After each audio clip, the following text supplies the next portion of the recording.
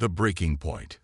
Commander Maya Chen stared through the observation deck's massive viewport as the 7 crystalline ships of the Galactic Collective approached the UES Harbinger. Their angular hulls shimmered with an iridescent quality that made Earth's most advanced vessel look primitive by comparison. 6 months ago, humanity had celebrated first contact. Today, as Earth's diplomatic contingent prepared to meet the Collective's representatives, Maya couldn't shake the feeling that this historic occasion wasn't going to unfold as everyone hoped. "Nervous, Commander?" asked Dr. Elijah Okafor, Earth's lead xenolinguist, as he joined her at the viewport. Cautiously optimistic, Maya replied, straightening her dress uniform. As the Harbinger's captain and military escort for the diplomatic team, she had reviewed every scrap of information about the Collective gathered since first contact. Something about their communications feels off. "The translation matrices are functioning perfectly," Elijah said, his brow furrowing. "But I understand what you mean." There's a certain condescension in their tone. Maya nodded, like they're talking to children. The intercom chimed. "Commander, the Collective delegation is ready to dock," her XO reported. "Honor guard to the docking bay," Maya ordered. "Let's make humanity proud." The delegation that emerged from the sleek shuttle represented 5 different species, all vital but wildly different in appearance. At their leaves stood High Counselor Vrexen of the Artavi, a towering figure with translucent skin that revealed pulsing organs and a complex nervous system. Behind him, representatives from the Morian, Kelari, Vex, and Shrike species formed a tight formation. "Welcome aboard the UES Harbinger," said Ambassador Sophia Lin, performing the greeting gesture the Collective had instructed Earth to use. A shallow bow with palms displayed. "Humanity is honored by your presence." Vrexen's large, compound eyes scanned the human delegation. "The Collective acknowledges Earth's greeting," he said through his translator, making no reciprocal gesture. Maya caught the slight immediately, but maintained her neutral expression. As they escorted the delegates to the conference chamber, Maya observed how the aliens studied the ship's interior with what appeared to be mild amusement rather than genuine interest. Ambassador Lin began the meeting with a presentation of Earth's case for membership in the Galactic Collective, highlighting technological achievements, cultural diversity, and commitment to peaceful cooperation. The holographic display showcased humanity's rapid progress from the digital age to FTL travel within just a century. "Your species has advanced quickly," Vrexen acknowledged after the presentation, "but you remain primitive in many ways. Your history is filled with violence and conflict." "Every species has a troubled past," Lin replied diplomatically. "We've worked hard to overcome ours." Vrexen's mouthparts twitched in what their cultural briefing had identified as an expression of amusement. "The Collective has terms for Earth's membership." The terms appeared on the room's main display. Maya felt her pulse quicken as she read them. Complete disarmament of all military vessels, restricted access to advanced technologies, surrender of resource-rich territory in the Sol system, and substantial development tributes to the Collective. "These terms are completely one-sided," Lin said, her diplomatic composure beginning to crack. "Earth would essentially become a vassal state. It is how all new species enter the Collective," said the Kelari representative, a reptilian being named Xorish. "You should be grateful for the opportunity." Lin stood her ground. "We came seeking equal partnership, not subjugation." Vrexen's compound eyes narrowed. "Your species is too aggressive to participate as equals. The terms are non-negotiable." Maya stepped forward, unable to remain silent any longer. Ambassador Lin represents Earth with full authority. If she says these terms are unacceptable, then they are. "Humans are not in a position to make demands," Vrexen said dismissively. "Accept the terms or remain isolated." Lin exchanged a glance with Maya, then straightened to her full height. "Then we must respectfully withdraw from these talks until the Collective is willing to negotiate in good faith." As they stood to leave, Vrexen made a sound that their translators rendered as contempt. "The Collective has existed for 12,000 years. Your civilization has barely left its cradle. You will return when hunger and isolation have taught you humility. Maya paused at the door. Or perhaps we'll return when we've taught you respect. The human delegation departed, leaving the collective representatives exchanging confused looks. No emerging species had ever walked away from the collective before. They didn't understand they had just made a terrible mistake. 2 months after the failed negotiations, Earth Defense Force Admiral Constance Rivera looked at the holographic display showing the collective's message. The image of High Counselor Vrexen filled the emergency council chamber in Geneva. Earth Alliance. The alien began, its translucent skin pulsing with what xenopsychologists had identified as agitation. The Galactic Collective has been patient. That patience has ended. You will accept our terms within 20 of your Earth days. You will disarm your military vessels, provide the required resources, and accept collective oversight. Failure to comply will result in your permanent isolation from all galactic trade routes. Further measures may be taken to ensure your pacification. The collective has spoken. As the message ended, silence filled the room. United Earth President Ibrahim Dalla was the first to speak. Admiral Rivera, what exactly does pacification entail? Rivera's expression darkened. We've been analyzing references to pacification in the data we managed to gather during our brief exchanges. We've identified 3 species mentioned in historical records that face this process. None of them appear in current collective registries. They wiped them out, Secretary General Choi said quietly, or subjugated them so completely they lost their identity, added Dr. Okafor. Either way, we can't accept their terms. President Dalla stood and walked to the window overlooking Lake Geneva. Then we don't. But we make them think we're considering it, to buy time. Time for what, sir? Rivera asked. Time to prepare, Dalla replied, turning back to face the council. Admiral, how quickly can we implement Project Shadowcast? Rivera's eyes widened slightly. Sir, Shadowcast is purely theoretical. Not anymore, the President interrupted. As of this moment, it's our primary defense strategy. Commander Chen's assessment of the collective was correct. They see us as primitive, predictable, and easy to intimidate. We're going to use that against them. Admiral Rivera nodded slowly. I'll need every resource we can spare, and Commander Chen to lead the tactical implementation. You have both, President Dalla said, and complete operational secrecy. The collective monitors our communications. They can't know what we're planning. And what exactly are we planning, sir? Asked Secretary General Choi. For the first time since the meeting began, President Dalla smiled. We're going to show the collective why humanity's history of conflict makes us dangerous opponents, not easy conquests. Deep beneath the lunar surface, in a facility that didn't exist in any public record, Commander Maya Chen stood before a holographic display showing Earth's current fleet, 75 ships with FTL capability. 75 against what could be thousands, said Lieutenant Commander Raj Patel, her second in command. Quality over quantity, replied Dr. Leila Sharma as she entered the chamber. The brilliant engineer had been analyzing the energy signatures from collective vessels since first contact. Their shield technology has consistent harmonic patterns we can exploit. Can we duplicate their shields? Maya asked. Leila grinned. I can improve them. My team has developed a prototype that should not only withstand their weapons, but reflect the energy back at specific frequencies. How long until we can deploy it?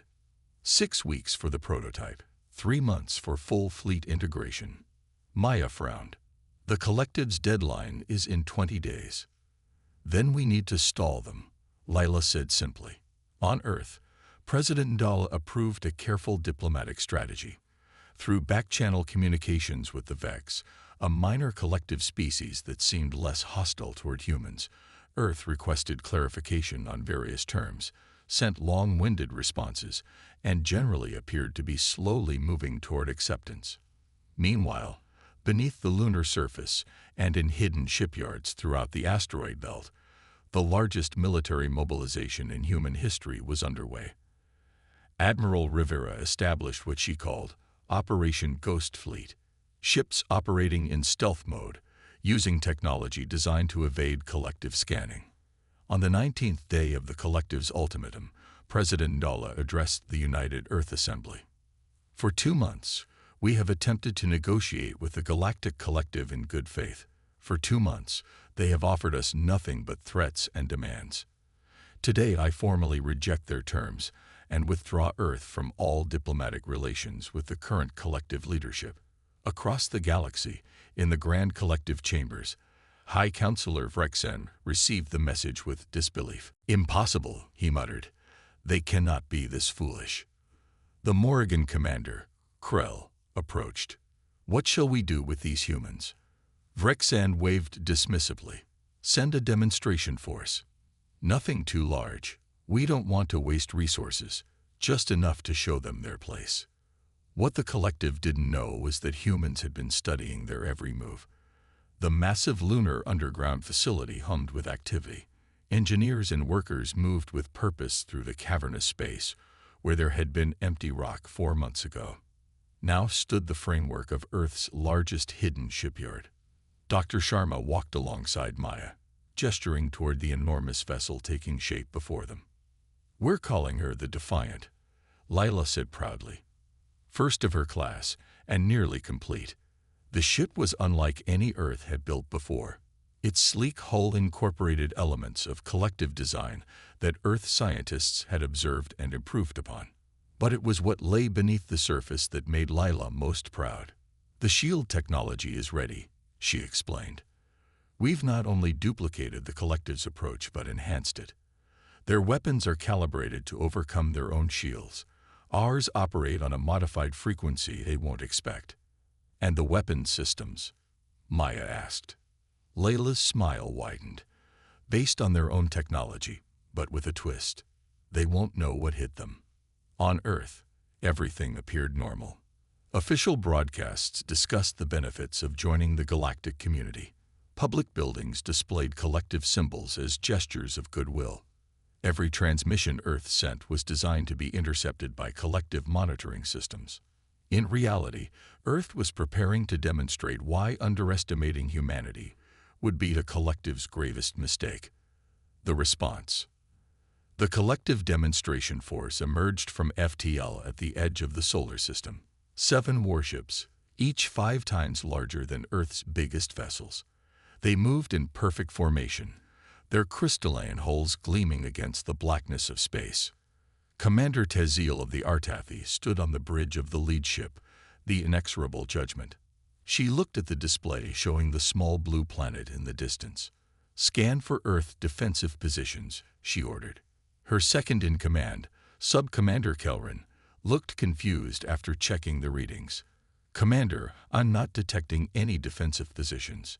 No weapon platforms, no fleet formations." Tezil frowned. "That can't be right. Run the scan again." The results came back the same. The space around Earth appeared completely undefended. "Could they have hidden their forces?" asked Kelrin. Tezil made a dismissive gesture. "Impossible. Our scanners can detect any ship within this system. The humans must have decided to surrender without a fight." She smiled, revealing rows of needle-like teeth. "Wise, but disappointing. I had hoped for at least some token resistance." The demonstration force moved closer to Earth, passing the orbit of Neptune, then Uranus. Still no sign of human defenses. The collective ships proceeded exactly according to standard intimidation protocols. A slow, visible approach designed to give the humans time to contemplate the hopelessness of resistance. As they reached the orbit of Mars, Tezil prepared to send the surrender demand.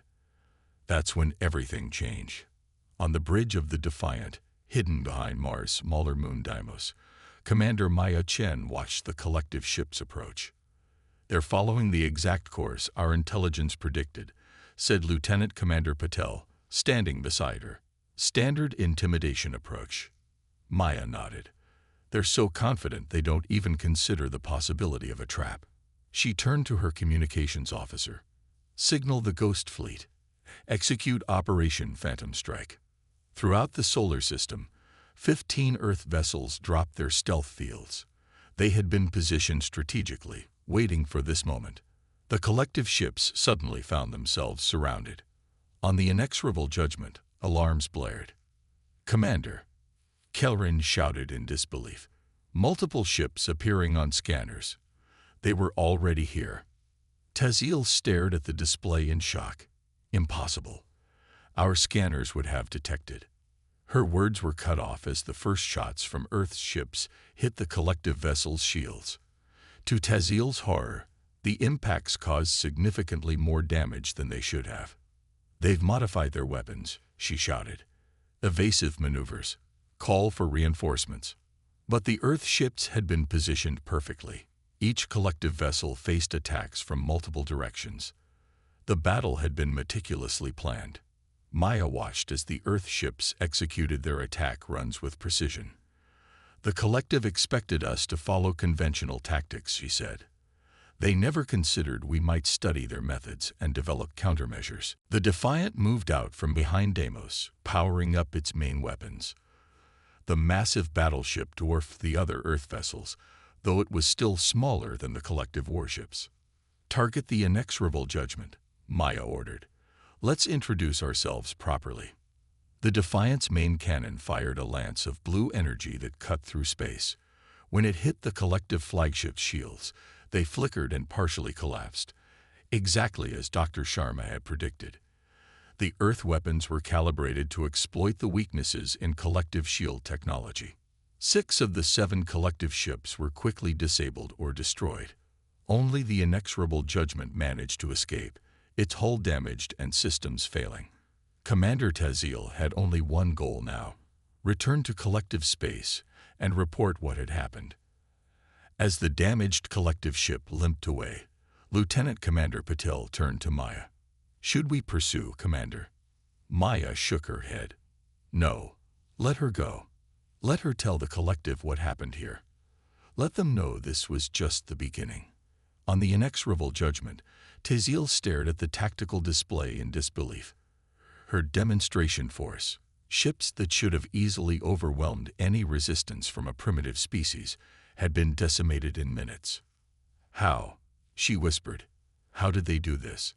As her damaged ship prepared to jump back to collective space, Taziel knew one thing with certainty: the Galactic Collective had severely underestimated the humans, and they were about to learn just how costly that mistake had been. The Grand Collective Chamber erupted into chaos. Representatives from 24 species shouted over each other as High Counselor Vrexen tried to maintain order. The damaged inexorable judgment had limped back to collective space with news of the defeat, and now the entire Galactic Collective was in an uproar. "Silence," Vrexen finally bellowed, his voice amplified by the chamber's acoustics. The room gradually quieted. "Commander Taziel, continue your report." Taziel stood in the center of the chamber, her translucent skin pale with shame. "The humans ambushed us with ships our scanners couldn't detect. They knew our shield frequencies and weapon patterns. 6 of our 7 ships were destroyed or captured." "Impossible," said Krell, the Morrigan representative. "No primitive species could develop such technology independently." He turned to Vrexen. "Someone must be helping them. One of our rivals beyond collective space, perhaps." Vrexen nodded, grateful for the explanation. "Yes, that must be it. The humans have found allies among our enemies." In a corner of the chamber, the Vex representative Mirat exchanged glances with several other minor collective species. They knew the truth. There were no secret allies. The humans had simply studied collective technology and improved upon it, but none of them dared speak this aloud. "We must respond with overwhelming force," Krell continued. "I will personally lead our counterattack. A full battle group, 50 ships at minimum." Vrexen approved the plan immediately. "The humans must be taught the price of defiance. Prepare your forces, High Commander." Back on Earth, in a secure underground facility beneath the Rocky Mountains, Intelligence Officer Liam Jackson analyzed the intercepted collective communications. His team had been working around the clock to break the collective's encryption codes, and they had finally succeeded. "Admiral," Jackson said, addressing Rivera via secure video link, "we've confirmed the collective is preparing a major assault. Based on ship movements, we estimate 50 to 60 vessels, led by High Commander Krell of the Morrigan." Admiral Rivera's expression remained calm, but her eyes showed concern. "Timeline? 3 weeks, ma'am. They're gathering forces from across collective space." "Thank you, Officer Jackson. Keep monitoring." Rivera ended the call and turned to President Ndala, who stood beside her. "Can we withstand an attack of that magnitude?" Ndala's face was grim. "Not in a conventional battle, but Commander Chen and Dr. Sharma have been planning for this. In lunar orbit, the Ghost Fleet had doubled in size. 28 ships now patrol the edges of the solar system, using their stealth technology to remain invisible to conventional scans. Commander Chen had established Operation Lighthouse, a series of defensive outposts throughout the system disguised as scientific research stations or mining operations. Maya met with Dr. Sharma aboard the Defiant to review their preparations. "The good news," said Lila, "is that we fully analyzed the captured collective vessels. Their technology is more advanced than ours in some areas, but not as advanced as they led us to believe. Their greatest advantage is numbers, which is why this might be our most valuable asset," said Dr. Jackson as he joined them. He activated a holographic display showing the small device. "We've completed testing on the EM disruption weapon. It can disable collective ships without destroying them." Maya studied the device with interest. "Range limited," Jackson admitted. "We'll need to get close, but it would allow us to capture more of their ships intact and turn their numbers advantage against them." Maya nodded approvingly. "Well done." Meanwhile, in the depths of collective space, the Vex representative Mira met secretly with several other minor collective species. Their meeting took place on a small, unremarkable space station far from the collective capital. The Artathi refused to consider that they might be wrong about the humans. Mira said quietly, "This escalation will only lead to more bloodshed." "What do you propose?" asked Tarax of the Shrike, a bird-like species known for their caution. "I have established a private channel to Earth," Mira admitted. "I believe we should offer them information. Help them prepare." The others looked shocked at this suggestion of betrayal, but none immediately rejected it. "The Artathi have led us for too long," said another representative. "Perhaps it is time for change." As the collective prepared its armada, cracks were already forming in its once solid unity, and Earth, despite the coming storm, found itself with unexpected allies. The collective armada arrived at the edge of the solar system with devastating force. 53 warships dropped out of FTL in perfect formation, their weapon systems already powered up. At their center was the massive dreadnought Unyielding Dominance, commanded by High Commander Krell himself. "Scan for Earth defenses," Krell ordered. Unlike Commander Tezil before him, he would not be caught unprepared. "Multiple defensive positions detected around the outer planets, sir," reported his tactical officer. "But no sign of their stealth ships." Krell nodded thoughtfully. "They can hide their ships, but not their fixed defenses. Target the outposts around the gas giants first." The collective fleet moved methodically, destroying the human outposts orbiting Neptune and Uranus. But they found no Earth ships to engage. "Where is their fleet?" Krell demanded, growing frustrated. "They must defend their outposts." In the command center beneath the lunar surface, Maya watched the tactical display with calm focus. President Ndala and Admiral Rivera had joined her to observe the opening stages of the conflict. "They're destroying the decoys," Maya explained. "Those outposts were designed to be found and destroyed." "And our actual defenses?" Ndala asked. Maya smiled slightly. "Remain hidden. Operation Hornet's Nest is proceeding exactly as planned." As the collective fleet continued its advance into the solar system, they encountered more resistance around Saturn and Jupiter. Small automated defense platforms launched surprise attacks, damaging several collective ships before being destroyed. "These are merely delaying tactics," Krell told his officers. "The humans hope to slow our approach. Press forward." What Krell didn't realize was that each engagement was carefully planned. The human defenses weren't trying to stop the collective fleet. They were hurting it. "They're entering the asteroid belt," reported Lieutenant Commander Patel aboard the Defiant, which remained hidden near Earth. Maya nodded. "And right into our trap. Signal the Ghost Fleet. Execute Phase 2. Throughout the asteroid belt, human ships emerged from hiding places within the larger rocks.